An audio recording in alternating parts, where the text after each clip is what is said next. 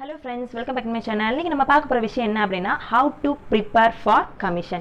அதாவது கமிஷனுக்கு தயாராகிறது எப்படி அப்படிங்கறத பத்தி தான் இந்த வீடியோல பார்க்க போறோம். சோ இந்த வீடியோக்குள்ள போறதுக்கு முன்னாடி subscribe பண்ணிக்கோங்க. then மேல உள்ள bell icon-ஐ click பண்ணிக்கோங்க. அப்போதான் நான் அப்பப்போ போடுற வீடியோஸ் வந்து உங்களுக்கு ஹோம் பேஜ்ல வந்து வியூ ஆகும். சோ வீடியோக்குள்ள போலாம்.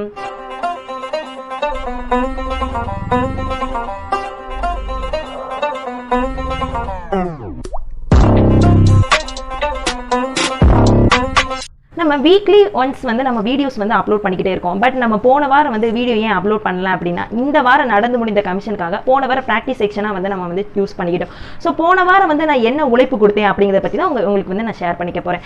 கேள நீ கேள முருகன் நீ கேள நீ கேள ஹலோ ஆமாங்க. ஆக்சுவலி பார்த்தீங்க அப்படின்னா எங்களுக்கு வந்து கமிஷன் ப்ராசஸ் வந்து 2 days. நான் ஆல்ரெடி வந்து வீடியோவில் வந்து நான் சொல்லியிருந்தேன் கமிஷன் டேட் வந்து எங்களுக்கு இன்னும் அனௌன்ஸ் பண்ணல அப்படிங்கிற மாதிரி நான் சொல்லியிருந்தேன். ஸோ கமிஷன் டேட் வந்து எங்களுக்கு அனௌன்ஸ் பண்ணலங்கிறது எங்களுக்கு வந்து ஒரு பேட் நியூஸாக இருந்தது. பட் உங்களை எல்லாம் பார்த்தா எனக்கு பாவமா இருக்கு. அனௌன்ஸ் பண்ண பிறகு ஒரு பேட் நியூஸ் என்ன சொன்னாங்க அப்படின்னா நீங்கள் வந்து பிபிடியில் தான் உங்களுடைய டீச்சிங்கை வந்து நீங்கள் வந்து ப்ரெசென்ட் பண்ணணும், உங்களுடைய கமிஷனே பிபிடியில் தான் அப்படின்னு மாதிரி சொல்லிட்டாங்க. இது வந்து எங்களுக்கு பெரிய விஷயமா தெரியல. பட் பிபிடி போடுறது ஒன்றும் பெரிய விஷயமே கிடையாது. வேலை செய்யணும் குமாரே, களத்துல இறங்கி கலக்கு. ஆனால் டீச் பண்ணுறதை 1 வீக் முன்னாடி சொன்னது பெரிய விஷயமாவே இருந்தது. இருந்தாலும் சரி ஓகே மேம் சொல்லிட்டாங்க அப்படின்னு மாதிரி சரி ஓகேன்னு சொல்லிட்டு நாங்கள் லெவல் 1க்கும் லெவல் 2க்கும் ஏதோ எங்களால் முடிஞ்சது ரொம்ப எஃபெக்டிவாக போடாமல் அந்த டைமில் எங்களால் ப்ரிப்பேர் பண்ண முடிஞ்ச அளவுக்கு நாங்கள் ஸ்லேட் வந்து கொஞ்சம் பெட்டராக போட்டு டீச் பண்ணுறதுக்கு ரெடியாக இருந்துட்டோம். ஃபஸ்ட் டே கமிஷனும் ரொம்பவே பெஸ்ட்டாக முடிஞ்சிருச்சு. எக்ஸாமினரும் ரொம்பவே சாஃப்ட் அண்ட் ஸ்வீட்டாக இருந்தாங்க. ஸோ வந்து ரொம்பவே நல்லாவே முடிஞ்சிச்சு. பட் செகண்ட் டே கமிஷன் பாத்தீங்க அப்படின்னா ரொம்பவே பயமா இருந்தது. கூப்பிடுறானே தனியா கூப்பிடுறானே என்ன பண்ண போறானோ. ஏன் அப்படின்னா ரொம்ப டெரரிசமா இருக்குமோன்னு ரொம்ப பயமா இருந்தது. ஏன் அப்படின்னா நம்மளுக்கு யாரு கொஸ்டின் கேட்டாலுமே அது ஒரு பெரிய ப்ராப்ளம் தான். நம்மளா ப்ரிப்பேர் பண்ணி டீச் பண்றோம், அது ஒருத்தவங்க கேட்கறாங்கன்னா அது வேற விஷயம். ஆனா இன்னொருத்தவங்க நம்ம கிட்ட கொஸ்டின் கேட்டு அதுக்கு நம்ம ஆன்சர் பண்றோம் பாத்தீங்களா, அந்த இடத்துல தான் நம்மளுக்கு ஒரு பெரிய பிரச்சனையே இருக்குது. ஸோ வந்து நாங்கள் 12 வந்து எங்களுக்கு வந்து first day commission finished. Second day commission வந்து என்ன பார்த்தீங்க அப்படின்னா டிஸ்பிளே, அதாவது நாங்கள் செஞ்ச எய்டை ஃபுல்லாமே டிஸ்பிளே பண்ணணும். இன்னொன்று வந்து அவங்க வந்து எங்களுக்கு இருக்கிற first year with second year ரெக்கார்ட்ஸ்லேருந்து கொஸ்டின் கேட்பாங்க. ஃபர்ஸ்ட் இயர் மட்டும் செகண்ட் இயர் ரெக்கார்ட்ஸ் எத்தனைன்னு பார்த்தீங்க அப்படின்னா மொத்தம் வந்து 21 ரெக்கார்ட்ஸ். ஃபர்ஸ்ட் இயர் ரெக்கார்ட் வந்து ஒரு 9 ரெக்கார்ட்ஸ் இருக்குது. செகண்ட் இயர் ரெக்கார்ட் பார்த்தீங்க அப்படின்னா ஒரு 12 ரெக்கார்ட்ஸ் இருக்குது. இதுலேருந்து கொஸ்டின் கேட்பாங்க. அதோட இன்னும் சின்ன சின்ன கொஸ்டின் என்னெல்லாம் கேட்பாங்க அப்படின்னா என்னோட நேம் என்ன, ஏன்னா ஃபர்ஸ்ட் எடுத்து அவங்க இன்ட்ரோ கொடுத்துருப்பாங்க. நீ எல்லாம் நல்லா வருவடா, நல்லா வரும். ஸோ என்னோட நேம் என்னன்னு கேட்பாங்க.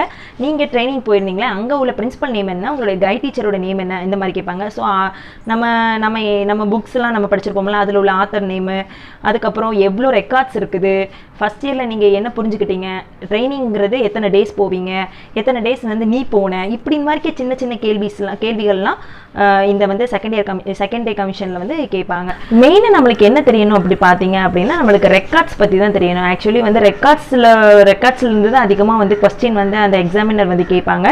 ஸோ வந்து செகண்ட் இயர் ரெக்கார்டு அப்படி சொல்லி சொல்லும் போது என்னென்ன இருக்குது அப்படிங்கிறத நம்ம பார்ப்போம். அதுக்கப்புறம் அது எதுக்கெல்லாம் யூஸ் பண்ணுறாங்க அப்படிங்கிறத நான் ரொம்ப ப்ரீஃபாக சொல்லணும்னு விரும்பலை. எல்லாமே நீங்கள் ஷார்ட் அண்ட் ஸ்வீட்டாகவே அந்த மேம் கிட்ட சொன்னோம் அப்படின்னா அந்த மேம் வந்து ஓகே லைட்டாக நம்மளுக்கு தெரிஞ்சிருந்தா போதும். ஓகேவா, ஃபர்ஸ்ட் நம்ம என்ன பார்க்க போகிறோம் அப்படின்னா அப்சர்வேஷன் என்ன அப்படிங்கிறத பற்றி பார்க்க போகிறோம். அப்சர்வேஷன் அப்படின்னு சொல்லும் போது டீச்சர்ஸ் வந்து நம்மளுக்கு வந்து ஸ்டூடெண்ட்ஸ்க்கு வந்து எப்படி வந்து டீச் பண்ணுறாங்க, எப்படி வந்து ஸ்டூடெண்ட்ஸை மெயின்டைன் பண்ணுறாங்க, எப்படி கிளாஸ் ரூம் மேனேஜ்மெண்ட் எப்படி இருக்குது, என்னென்ன ஸ்கில்ஸ்லாம் யூஸ் பண்ணுறாங்க, அதை பற்றி நம்ம அப்சர்வ் பண்ணி எழுதுறது அப்சர்வேஷன். ஸோ வந்து 6th மேமாக இருந்தாலும் அது மேம் கிட்ட இருந்து அப்சர்வ் பண்ணிக்கிறோம். அதே மாதிரி 9th மேம் நடத்தினாலும் அந்த மேம்கிட்ட இருந்து நம்ம அப்சர்வ் பண்ணிக்கிறோம். கேள நீ கேள முருகன் நீ கேள நீ கேள ஹலோ. ஸோ லெவல் 1க்கும் லெவல் 2க்கும் அப்சர்வேஷன் கண்டிப்பாக எழுதணும். தென் என்ன பார்த்தீங்கன்னா லெசன் பிளானுங்கிறது அதுதான் மெயின். நம்ம எடுத்து டீச் பண்ணுற டாபிக் இருக்குல்ல அதோடைய கண்டென்ட் எழுதுறது, அதுக்கப்புறம் நம்ம என்னென்ன அதுக்கு இன்ஸ்ட்ருமெண்ட்லாம் யூஸ் பண்ணுறோம் அந்த இதை எழுதுவோம். ஸோ நம்ம அதை 4 காலமாக நம்ம வந்து ஸ்கிரிப்ட் பண்ணி அதில் வந்து நம்ம என்ன நடத்த போகிறோமோ அதை டிஃபைன் பண்ணி எப்படி டிஃபைன் பண்ணோம், என்ன எவாலுவேட் பண்ணோம் அப்படிங்கிறத ஒரு 4 காலமாக பிரிச்சிருப்போம். ஸோ நம்ம வந்து லெசன் பிளானை வந்து எப்படி சொல்லலாம் அப்படின்னா 4-fold லெசன் பிளான் மாடல் அப்படின்னு சொல்லிட்டு அதை நம்ம சொல்லலாம். ஓகேவா, லெசன் பிளானுக்கும் லெவல் 1 லெவல் 2 எழுதுவோம். ஓகேவா, தென் என்ன பார்க்க போகிறோம் அப்படின்னா டெமான்ஸ்ட்ரேஷன் அந்த வேர்ட்லேயே வந்துருச்சு. டெமோ அதாவது செய்து காட்டல் முறை அப்படின்னு சொல்லிட்டு அர்த்தம். டீச்சர்ஸ் நடத்துறது வந்து ஒரு செய்து காட்டி நம்மளுக்கு நடத்துவாங்க. ஸோ அதை வச்சு நம்ம எழுதுறதை பற்றி தான் டெமான்ஸ்ட்ரேஷன் அப்படி சொல்லிட்டு சொல்கிறோம். நெக்ஸ்ட் என்ன பார்த்தீங்க அப்படின்னா இன்ஸ்ட்ரக்ஷன் மெட்டீரியல். இன்ஸ்ட்ரக்ஷன் மெட்டீரியல் அப்படின்னு சொல்லி சொல்லும் போது நம்ம நிறைய எய்டு செஞ்சுருக்கோம் பார்த்தீங்களா, அந்த எய்டோட ஒரு சாம்பிள் அப்படி சொல்லி சொல்லலாம். இப்போ வந்து நம்ம ஏதாவது ஒரு திங்ஸ்லாம் வாங்க போகிறோம்னு வச்சுக்கோங்களேன், முன்னாடியே நம்ம எழுதி வச்சுக்கிறோம், இந்த இதில் இவ்வளோ வாங்கணும், அதில் அவ்வளோ வாங்கணும் அப்படிங்கிற அந்த மாதிரி நம்மளோட எய்டு வந்து ரொம்ப ஜாஸ்தியாக இருக்கும். நான் அவ்வளோ செய்யலை, பட் ஜாஸ்தியாக இருக்கும். அந்த எய்டில் இந்த இதில் நான் இவ்வளோ எழுதுனேன், அந்த இதில் அவ்வளோ எழுதுனேன் அப்படிங்கிற ஒரு தொகுப்பு அப்படின்னு சொல்லலாம். ஓகேவா, சுருக்கி எழுதுறது. நான் வந்து என்னென்ன போட்டேன், செயின் கார்டு போட்டேன், டம்மி மாடல் போட்டேன், ஒர்க்கிங் மாடல் போட்டேன் அப்படிங்கிற ஒரு சாம்பிளை வந்து அதில் எழுதுறது தான் இன்ஸ்ட்ரக்ஷன் மெட்டீரியல். ஓகேவா, அடுத்து என்னது அப்படின்னா எது பண்ணாலும் இந்த உலகம் நம்மள உடனே உத்து பார்க்கணும் அப்படின்னா test and measurement. Test and மெஷர்மெண்ட்ங்கிறது நம்ம ட்ரைனிங் போயிருப்போம் தெரியுமா, அந்த ட்ரைனிங் போயிருந்த இடத்துல வந்து நம்ம ஸ்டூடெண்ட்ஸ்க்கு வந்து அச்சீவ்மெண்ட் டெஸ்ட் வச்சிருப்போம், அதுக்கப்புறம் டயக்னாஸ்டிக்ஸ் வச்சிருப்போம், அதாவது ஒன் வேர்ட் டைப். ஓகேவா, இதை நம்ம வச்சிருந்து ஸ்டூடெண்ட்ஸோடைய கெப்பாசிட்டி என்ன, ஸ்டூடெண்ட்ஸ் எப்படி படிக்கிறாங்க அந்த இதில் இருந்து நம்ம கால்குலேட் பண்ணி அவங்களோட மார்க்ஸ் எல்லாம் நம்ம வந்து என்ட்ரி பண்ணுற மெத்தடை தான் நம்ம வந்து இதில் வந்து போடுறது. இதில் வந்து நம்ம நிகழ் வரைபடம், அவங்களோட மார்க்ஸோட அடிப்படையில் நிகழ் வரைபடம், நிகழ்வெண், அதாவது இது ஓகை வளைகோடு, இதெல்லாம் வரைகிறத பற்றி எழுதுறது தான் டெஸ்ட் அண்ட் மெஷர்மெண்ட். தென் என்ன அப்படின்னா understanding the self. Understanding the self அப்படின்னு சொல்லும் போதே உங்களுக்கு அதிலே வருது நம்மளை பற்றி எழுதுறது. நம்ம கிளாஸ் ரூமை எப்படி வந்து கவனிக்கிறோம், நம்ம எப்படி நம்மளோட என்விரான்மெண்ட்டை வந்து யூஸ் பண்ணிக்கிறோம், என்னால் இதெல்லாம் கற்றுக்க முடியும், நான் என்னென்ன எக்ஸ்ட்ரா கரிக்குலர் ஆக்டிவிட்டீஸில் வந்து நான் வந்து இன்வால்வாக இருக்கேன் அப்படிங்கிறத பற்றி எழுதுறது தான் அண்டர்ஸ்டாண்டிங் த செல்ஃப். ஓகேவா, அடுத்து என்ன பார்க்க போகிறோம் அப்படின்னா கேஸ் ஸ்டடிங்கிற ஒரு ரெக்கார்ட். கேஸ் ஸ்டடிங்கிறது நம்ம ட்ரைனிங் போயிருப்போம் தெரியுமா, அங்கே வந்து டல் ஸ்டூடெண்ட் ஒருத்தனையும் கொஞ்சம் பிரைட் ஸ்டூடெண்ட் ஒருத்தனையும் நம்ம வந்து கம்பேர் பண்ணி அவனுடைய பேக்ரவுண்டை நம்ம வந்து கொஞ்சம் கலெக்ட் பண்ணி எழுதுறது தான் கேஸ் ஸ்டடி. ஸோ நம்மளுக்கு செகண்ட் இயர் ரெக்கார்ட்லேருந்து இந்த மாதிரி 12 ரெக்கார்ட்ஸ்லேருந்து நம்மளுக்கு வந்து கொஸ்டின் கேட்பாங்க.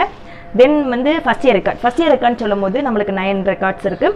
அதில் வந்து 3 EPCலேருந்து 1 2 3ன்னு சொல்லிட்டு லெவல் மாதிரி இருக்கும், பேலன்ஸு 6 இருக்குது. ஃபஸ்ட்டு 6 பார்த்துருவோம். ஃபர்ஸ்ட் என்ன பார்த்தீங்க அப்படின்னா கம்யூனிட்டி பேஸ்டுன்னு சொல்லும் போது நம்ம எப்போவுமே ஸ்கூலாக இருந்தாலும் காலேஜாக இருந்தாலுமே சரி, நம்ம வந்து நம்மளோட சப்ஜெக்ட் ரிலேட்டடாக மட்டும் படிக்க மாட்டோம், எக்ஸ்ட்ரா கரிக்குலரும் நம்மளுக்கு வந்து இருக்கும். ஸோ நம்ம என்னென்னலாம் கற்றுக்கிட்டோமோ அதை வந்து இன்னொரு ஏதாவது ஒரு கிராமத்துக்கு போய் அதை சொல்லிக் கொடுக்குறது, அதாவது NSS NCC கேம்ப்லாம் நீங்கள் பார்த்துருப்பீங்க, அது மூலமாக சொல்லிக் கொடுக்குறது ஃபுல்லாமே இந்த கம்யூனிட்டி பேஸ்டில் வந்துடும். நெக்ஸ்ட் ஒன் வந்து பார்த்தீங்க அப்படின்னா ட்ராமா அண்ட் ஆர்ட். அப்போலாம் பார்த்தீங்க அப்படின்னா இப்போ தான் நம்ம வந்து ஃபுல் அண்ட் ஃபுல் புக்கில் படிக்கிறோம், அப்போல்லாம் பார்த்தா கலைகளோட அடிப்படையில் தான் நடத்தவே செய்வாங்க. இப்போ வந்து என்ன பொதுவாக சொல்லணும் அப்படின்னா, இப்போ 2 பொம்மலாட்டத்தை வச்சு இவங்க 2 பேருக்குள்ள கான்வர்சேஷன் வச்சு ஒரு டாப்பிக்கே ஃபினிஷ் பண்ணிடுவாங்க. இதெல்லாம் எதுக்கு நடத்துறாங்க எங்களுக்கு அப்படின்னா, நாங்கள் பின்னாடி அந்த மாதிரி நடத்தலாம் அப்படிங்கிறத வந்து எங்களுக்கு இது மூலமாக சொல்கிறாங்க. ஸோ ட்ராமா அண்ட் ஆர்ட் வந்து இன்னொரு ரெக்கார்ட் இதுக்கு யூஸ் பண்ணுறோம் அப்படிங்கிறத பற்றி சொல்லலாம். இன்னொன்று வந்து விசிட் டு இனோவேட்டிவ்ங்கிறது டீச்சர்ஸ் வந்து என்ன நடத்துனாங்கன்னா அது வந்து நம்மளுக்கு புரிஞ்சிச்சா, ஸ்டூடெண்ட்ஸ்னால அப்சர்வ் பண்ண முடிஞ்சிச்சா, இதை பற்றி எழுதுறது விசிட் டு இனோவேட்டிவ். ஓகேவா, இதில் EPC 1 2 3 வந்து இது ஒன்று. அடுத்து வந்து பார்த்தீங்கன்னா என்விரான்மெண்டல் வந்து எப்பயும் போல நம்ம என்விரான்மெண்டலை எப்படி வந்து யூஸ் பண்ணிக்கிட்டோம் அப்படிங்கிறது. அதுக்கப்புறம் இது ரிஃப்ளெக்டிவ் ஜேர்னல் அப்படி சொல்லும்போது டீச்சர்ஸ் வந்து நமக்கு நடத்திருப்பாங்க, கண்டிப்பாக நம்மளும் ஃபீட்பேக் கொடுக்கணும்ல. அதே மாதிரி டீச்சர்ஸ் என்ன நடத்திருக்காங்க அதை நம்ம எப்படி புரிஞ்சுக்கிட்டோம் அப்படிங்கிற, அவங்க எப்படி நடத்துனாங்க அப்படிங்கிற ஒரு ஃபீட்பேக் கொடுக்கறது தான் ரிஃப்ளெக்டிவ் ஜேர்னல். ஓகேவா, அடுத்து என்ன பார்க்க போகிறோம் அப்படின்னா மினி டீச்சிங்கிறது எப்போவுமே 15 to 20 minutes தான் நம்ம நடத்துவோம். பட் நாங்கள் நடத்துறது என்ன அப்படின்னு பார்த்தீங்கன்னா மேக்ரோ டீச்சிங்கிறது ஒரு 45 minutes நடத்துவோம். பட் எங்களுக்கு ஆன்லைனில் போகிறனாலும் இல்லை, எப்போவுமே பொதுவாக வந்து எல்லா ஸ்டூடெண்ட்ஸையும் பார்க்கறனால அவங்க 10 minutes தான் பார்ப்பாங்க. பட் நாங்கள் எடுக்கிறது வந்து மைக்ரோ டீச்சிங் அப்படிங்கிறது ஒரு 3 to 5 minutes நடத்துறது தான் மைக்ரோ டீச்சிங். ஸோ இந்த மாதிரி கொஸ்டின்லாம் ஃபஸ்ட் இயரில் கேட்பாங்க. ஓகேவா, இந்த மாதிரி பொதுவாகவும் கேட்கலாம், ஜென்ரலாகவும் கேட்கலாம், அவங்க எந்த ரிலேட்டட் ஸ்டாஃபாக இருக்காங்களோ அந்த பேஸ் பண்ணி கூட கேட்கலாம், ஆத்தர் பேர் கேட்கலாம். அது ஸோ வந்து நீங்கள் இந்த மாதிரி கேள்விகளுக்கெல்லாம் நீங்கள் வந்து கொஞ்சம் நல்லா ப்ரிப்பேர் ஆகிக்கோங்க. தென் வந்து நம்மளுடைய சப்ஜெக்ட் ரிலேட்டடான கொஸ்டின்ஸும் நம்மளுக்கு நிறைய கேட்கறதுக்கான சான்ஸ் இருக்குது. ஸோ இந்த வீடியோ வந்து எல்லாத்துக்கும் யூஸ்ஃபுல்லாக இருக்குமா அப்படிங்கிறது எனக்கு தெரியல. பட் வந்து இப்போ செகண்ட் இயர் படிச்சுக்கிட்டு இருக்கிறவங்க இல்லை அப்படின்னா இதுக்கப்புறம் படிக்க போகிறவங்க அப்படிங்கிற செகண்ட் இயர் ஸ்டூடெண்ட்ஸுக்குலாம் கண்டிப்பாக இது யூஸ்ஃபுல்லாக இருக்கும். ஸோ உங்களுக்கு யூஸ்ஃபுல்லாக இல்லாட்டாலோ உங்கள் பக்கத்து வீட்டு பிள்ளையோ இல்லை உங்கள் சித்தி பொண்ணோ இல்லை உங்கள் பெரியம்மா பொண்ணோ உங்கள் தாத்தாவோட பேத்தியோ இந்த மாதிரி பல வகையில் உறவுகள் இருக்கும், அவங்க பிஎட் பண்ணிக்கிட்டு இருக்கலாம், இல்லை பண்ண கூட போகலாம். இப்படியே உசுப்பேத்தி உடம்ப ரணகலம் ஆக்கிட்டாங்கடா. ஏண்டா ஸோ வந்து இது எப்படி வருங்காலத்தில் வந்து யூஸ்ஃபுல்லாக இருக்கும். ஸோ இந்த வீடியோ உங்களுக்கு வந்து யூஸ்ஃபுல்லாக இருந்துச்சு அப்படின்னா லைக் பண்ணுங்கள், சப்ஸ்கிரைப் பண்ணுங்கள், மறக்காமல் ஷேர் பண்ணுங்கள். ஓகே, நன்றி, நமஸ்காரம்.